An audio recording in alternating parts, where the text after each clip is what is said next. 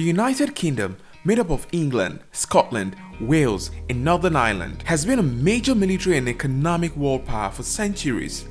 The British Empire had several colonies, part of which is the modern-day United States and Canada. In fact, modern-day Canada is still very much linked to the crown.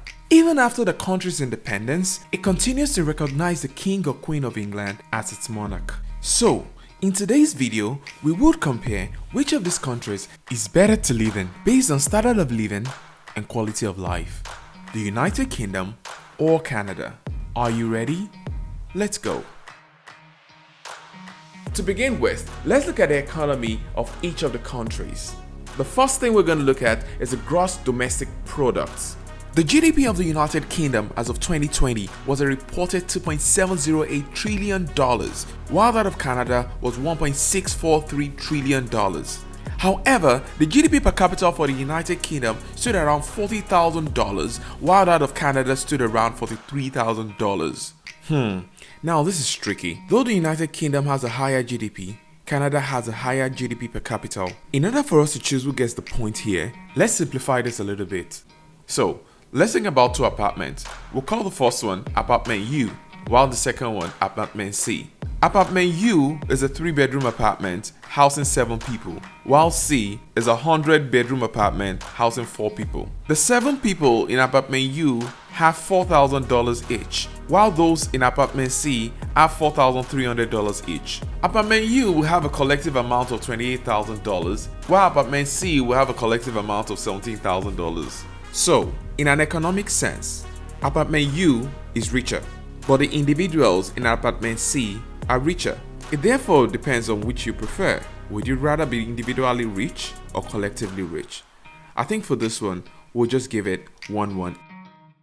Next thing we're going to look at is the cost of living. Just like in the last video, we're going to be comparing two similar cities. In this case, for United Kingdom, we'll be looking at London. And for Canada, again, we're going to be looking at Toronto. Displayed is a list comparing both cities with the cost of everyday items. Though food seemed to be relatively cheaper in London, as a whole, London seemed to be way more expensive than Toronto. So for this, Canada gets 1 point. Now let's look at the average annual wages in each of these countries. The average annual wages in the UK is approximately $47,000, while that in Canada is $55,000. So for this one, Canada gets 1 point. However, we can't speak about the annual wages without speaking about the employment rates in each of the countries. The United Kingdom has an employment rate of 75.5%, while Canada has an employment rate of 65.4%, meaning you have a better chance of getting a job in the United Kingdom than in Canada. So for this, the United Kingdom gets 1 point. Inequalities. Here we're going to look at the poverty rate and the poverty line.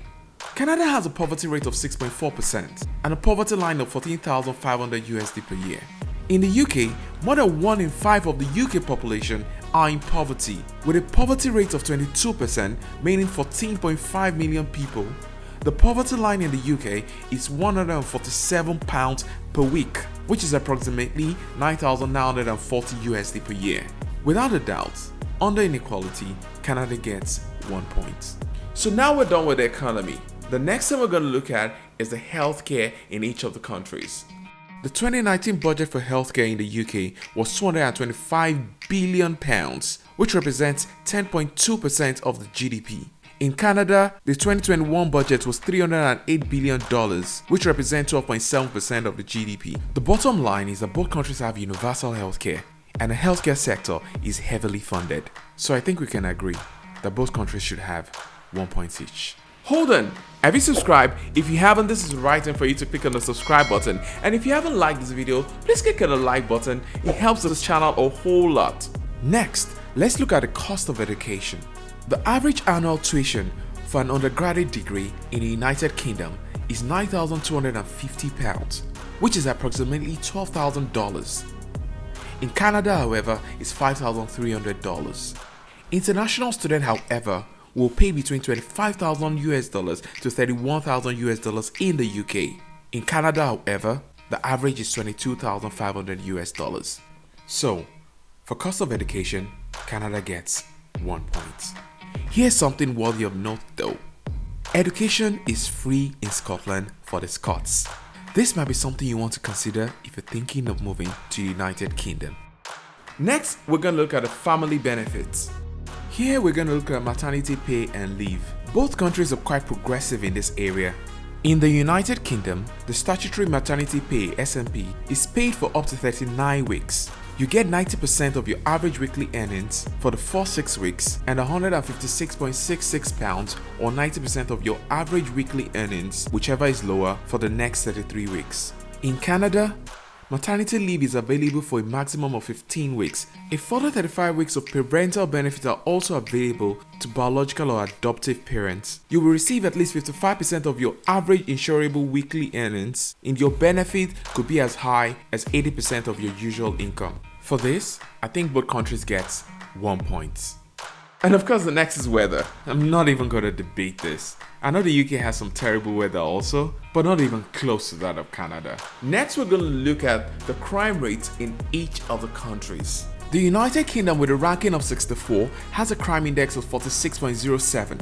Canada, on the other hand, with a ranking of 82, has a crime index of 41.89. For the homicide rate per 100,000 population, the UK has 1.2, which amounts to 809 deaths, while Canada has 1.95, which amounts to 743. Going by crime index and ranking, Canada is better off, but by homicide rate per 100,000 population, UK has a better rate. For this, both countries get 1 point each. And finally, the life expectancy in the UK and Canada is 81.2 years and 82.05 years respectively. For this, considering the margin for error, both countries get 1 point each. Now that we're done, let's tally up.